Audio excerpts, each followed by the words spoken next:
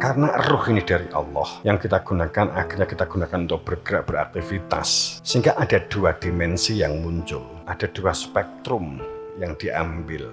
Bahwa aktivitas apapun yang kita lakukan dalam kesadaran ruh, maka kita tidak berani ngaku. Spektrum yang pertama, kalau kita telah terlahir secara ruh, maka akan memiliki satu fakta. Ditarik akan ada satu fakta wa'dallah, ada satu kesadaran fakta bahwa nyata tanpa dia, tanpa ruh dari Tuhan, maka tidak bisa apa-apa, maka akan memusuhkan kesadaran daya kuat itu memang benar milik Allah. Inilah kalimat sidekin, membenarkan. Jadi sidik itu bukan sekedar memahami pembenaran, tapi memang fakta kebenaran. Orang paham kopi, tapi yang dibutuhkan fakta kopi. Keimanan adalah fakta kopi ini. Ini spektrum yang pertama. Kemudian yang kedua, jadi kalau disimpulkan, adanya kesadaran ruh dari Allah, fakta daya kuat di dalam milik Allah, maka nggak berani ngaku. Ikhlas itu akhlas naum bi kholisatin diqdar. Ikhlas itu rumahnya dipenuhi dengan zikir. Rumahnya dipenuhi dengan kehadiran Tuhan. Rumah dada maksudnya.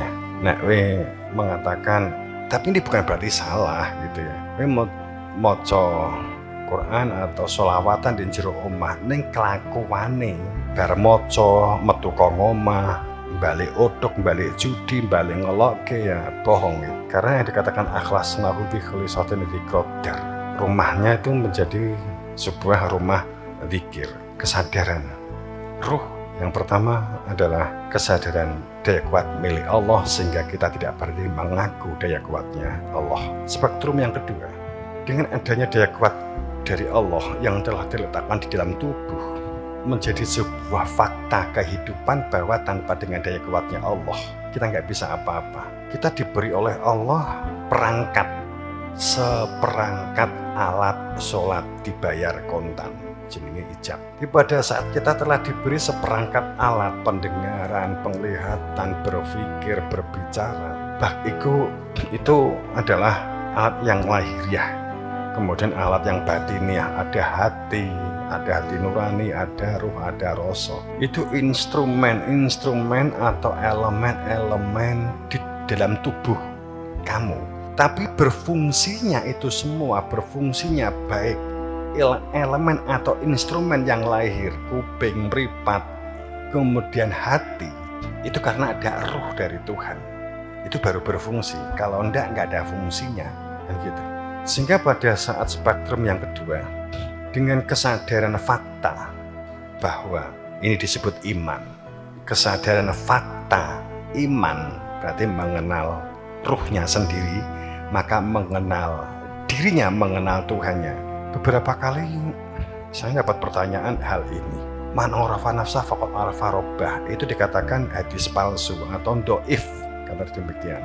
Orang itu pada saat tidak bisa menguraikan, maka hal yang paling mudah bersembunyi di balik kalimat mendoifkan, melemahkan, atau meniadakan, tidak berpikir rasional, begitulah. Man arafa nafsah itu doif, itu lemah. Padahal, kalau ini dibuang, ayat-ayatnya terlalu banyak yang sepadan dengan ini, awalam yatafakkaru fi anfusihim, mutlak untuk mengenali jiwa dirimu yang berada di dalam jiwamu. Saya kembali. Jadi pada saat ada kesadaran ruh sudah melekat menjadi sebuah ikatan wa'dallah yang layukullah wa'dah, yang kebanyakan manusia tidak mengetahui tentang ikatan ini. Layukullah wa'dah, tidak semua orang mengetahui dan tidak terikat dalam ikatan persaksian fakta ini. Maka ikatan sa'mina wa ata'na, ikatan ini akan mendorong kita, mendorong hamba-hamba untuk bergerak, melakukan sesuatu aktivitas, bergerak untuk dikatakan melakukan pelaku ibadah, perilaku yang memiliki tujuan kembali kepada Tuhan. Karena mengenal Tuhan, maka disebut ibadah kepada Tuhan. Tapi ada perilaku yang tidak punya tujuan. Ini hanya aktivitas, hanya bergerak, tapi tidak memiliki tujuan.